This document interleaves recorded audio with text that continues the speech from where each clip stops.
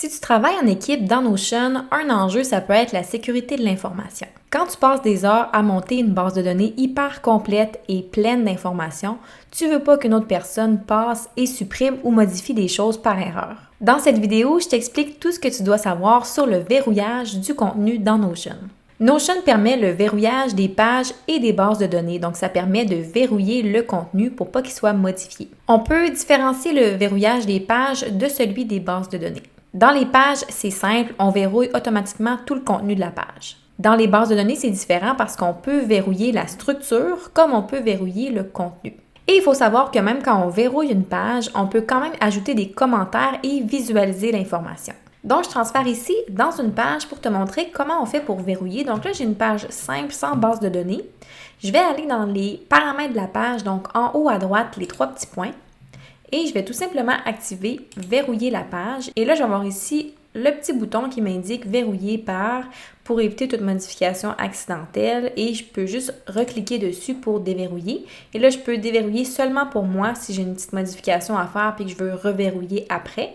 Et je peux déverrouiller pour tout le monde. Je pourrais aussi tout simplement retourner dans les paramètres de la page pour désactiver le verrouillage. Il faut savoir que s'il y a des sous-pages créées à l'intérieur d'une page, donc si j'avais une autre page créée dans celle-là, elle ne va pas se verrouiller automatiquement si je verrouille la page principale.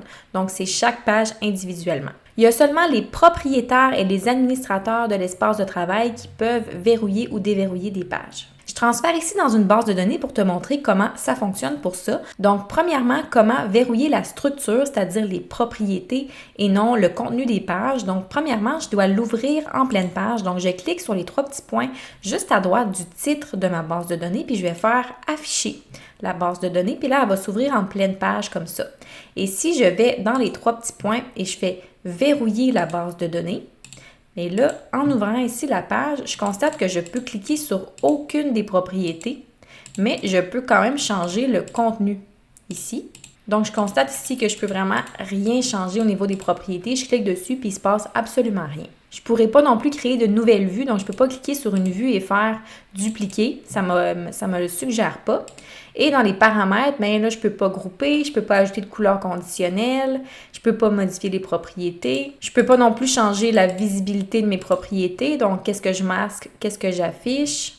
Je peux par contre cliquer sur les filtres et le triage pour en ajouter dans les vues qui sont déjà créées. Pour verrouiller le contenu des bases de données, c'est-à-dire vraiment ce qui se trouve dans les pages, mais je dois ouvrir la page et dire si je veux que cette page-là soit bloquée, verrouillée, mais je vais aller dans la page et faire verrouiller la page et là, ça va vraiment bloquer le contenu des propriétés aussi. Et aussi, s'il y a du contenu inscrit dans la page ici, ça va verrouiller ce contenu-là. Tu peux utiliser le verrouillage pour toutes les pages que le contenu va être consulté, mais pas modifié. Donc, toutes les procédures qui sont à jour, les guides et les documents de référence, des modèles de courriel ou des bases de données que la structure n'a plus besoin d'être modifiée, c'est-à-dire les vues et les propriétés sont maintenant fixes, mais on modifie seulement le contenu, par exemple. C'est vraiment important d'aller communiquer à ton équipe quand tu verrouilles quelque chose pour pas que la personne elle se demande pendant longtemps pourquoi elle n'est pas capable de modifier puis qu'elle pense pas que c'est un bug ou quoi que ce soit,